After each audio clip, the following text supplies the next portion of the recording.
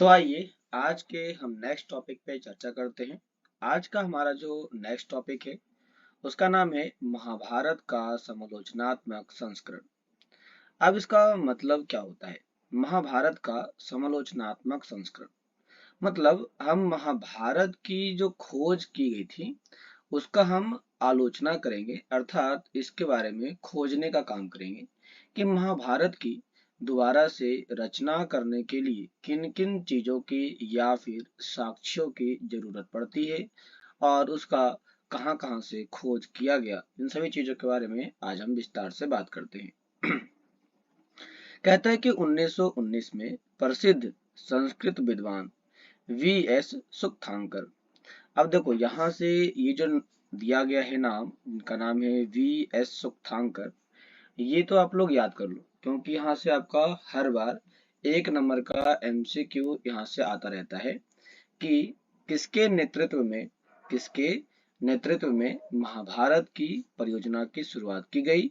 उसका नाम था वी एस सुक्थांकर के नेतृत्व में किया गया। और इसकी शुरुआत कब होती है? वो होती है 1919 के समय में होती है।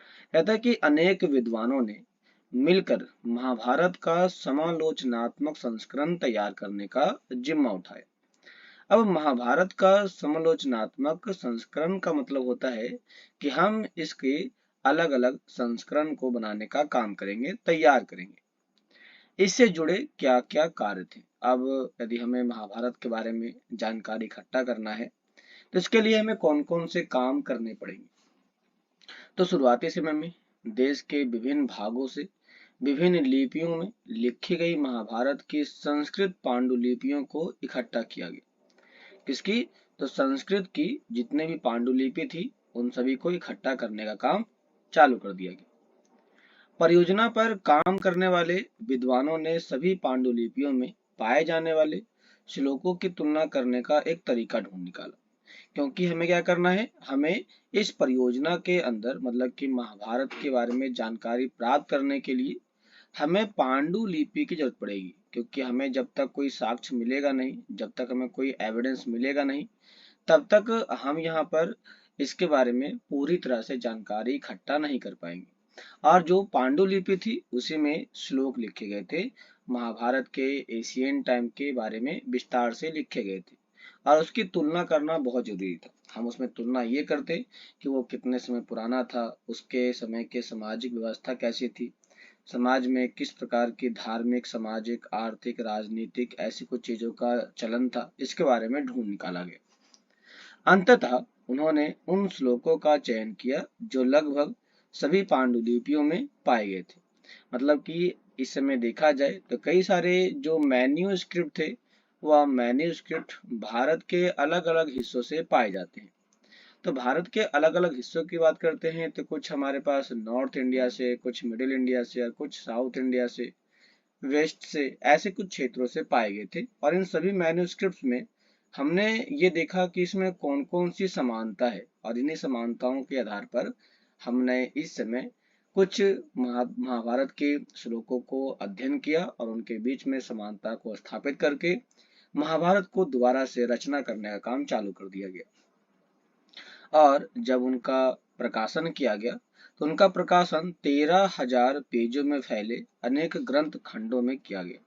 मतलब कि उसे 13,000 पेजों में दोबारा से खंडित किया गया। इस परियोजना को पूरा करने में इनको जो समय लगा उसका समय काल था 47, मतलब 47 ईयर का इन्हें समय लग गया था। इस पूरी प्रक्रिया में दो बातें विशेष रूप से उभर के सामने आती है। पहला यह है कि संस्कृत के कई पाठों के अनेक अंशों में समानता थी। मतलब यह हुआ कि महाभारत के समय के जितने भी हमारे पास श्लोक पाए जाते हैं, ये श्लोक जो थे वह संस्कृत में लिखे गए थे। मतलब संस्कृत का बड़े स्केल पर प्रचलन में था और इसका इस्तेमाल लोग अपने कई सारे स्थानीय भाषाओं में करते थे। यह इस बात से ही स्पष्ट होता है कि समूचे उपमहाद्वीप का मतलब पूरे भारत में, खास करके उत्तर में कश्मीर और नेपाल से लेकर के दक्षिण में केरल और तमिलनाडु तक सभी पांडुलिपियों में ये समानता देखने को आई। मतलब यह हुआ कि इंडिया के अलग अलग हिस्से के अंदर हमारे पास जो भी पांडुलिपि पाई गई है, मैन्यूस्क्रिप्ट पाया गया है, ये सारे के सारे मैन्यूस्क्रिप्ट जो थे वो लगभग संस्कृत लिपि में ही पाए गए थे, मतलब संस्कृत में ही उसको लिखा गया था। और जो दूसरी बात स्पष्ट होती है वो ये थी कि कुछ शताब्दियों के दौरान, मतलब कि कुछ 100 सालों के बाद, महाभारत के प्रेषण में अनेक क्षेत्रीय प्रभेद भी उभर के सामने आए। मतलब कि कई सारे जब महाभारत के खंडों को समाज के सामने प्रेषित किया गया, भेजा गया, मतलब प्रकाशित किया गया, तो इस समय कुछ क्षेत्रीय प्रभेद, मतलब कुछ क्षेत्रीय स्तर पर भी इस प्रकार की विभेद देखने को मिल जाते हैं। इन प्रभेदों का संकलन मुख्य पाठ की पाद टिप्पणियों और परिशिष्टों के रूप में किया गया, मतलब कि जो भी क्षेत्रीय स्तर पर इनके बारे में जानकारी मिलती थी उनको भी हमने इसमें शामिल कर लिया गया। 13,000 पेजों में से आधे से अधिक इन प्रभेदों का ब्यौरा देते हैं। मतलब कि हमारे पास महाभारत को जब दोबारा से लिखा गया तो ये लगभग 13,000 पेजों में था, और इसमें से लगभग आधा, मतलब कि 13,000 पेज में 7,500 जो पेज थे वह पेज केवल छोटे या क्षेत्रीय स्तर के प्रभेदों के बारे में बताने का काम करती है।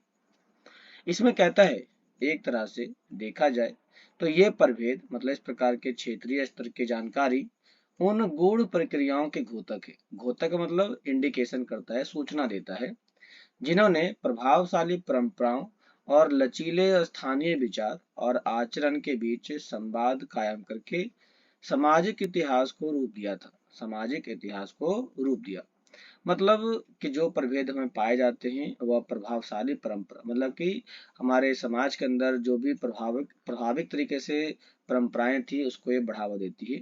और लचीले स्थानीय विचार, मतलब कि हमारे लोकल लेवल पर जो विचारधाराएं पाई जाती है उसे बहुत ही ज्यादा लचीला और लिबरल किया गया, आजाद किया गया।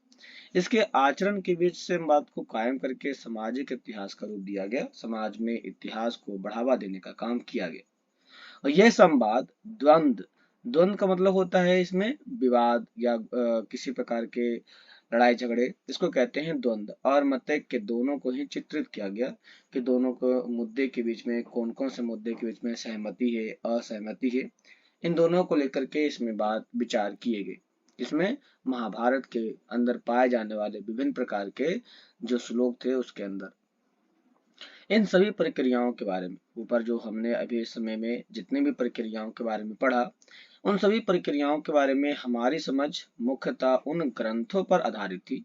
मतलब कि हमने जो भी अभी तक महाभारत के बारे में जानकारी प्राप्त की, ये उन ग्रंथों पर आधारित थी जो संस्कृत में ब्राह्मणों के द्वारा उन्हीं के लिखे गए थे।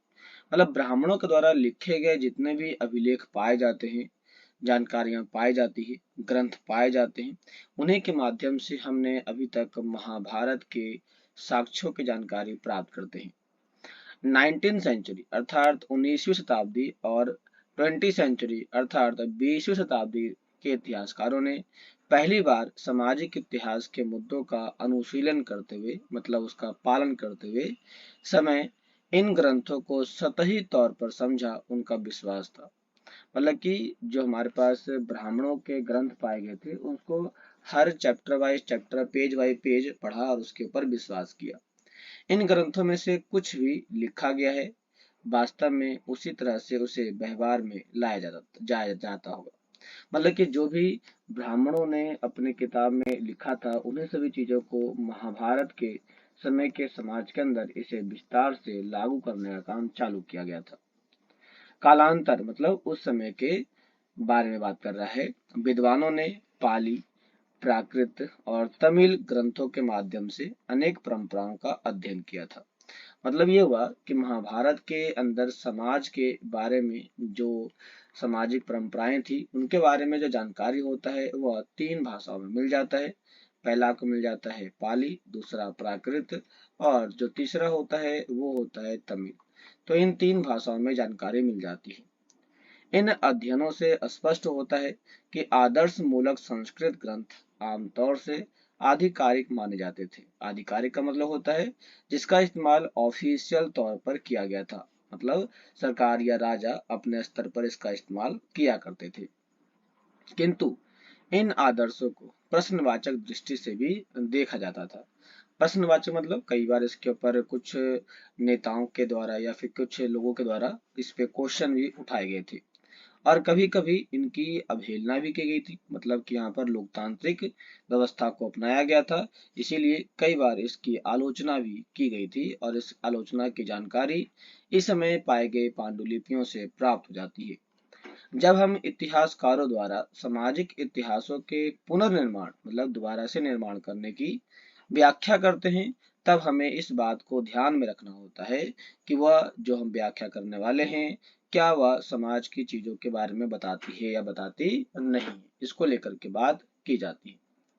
इसमें एक साइड में दिया गया है पिक्चर 3.2। आइए हम इस पिक्चर को देखते चलते हैं।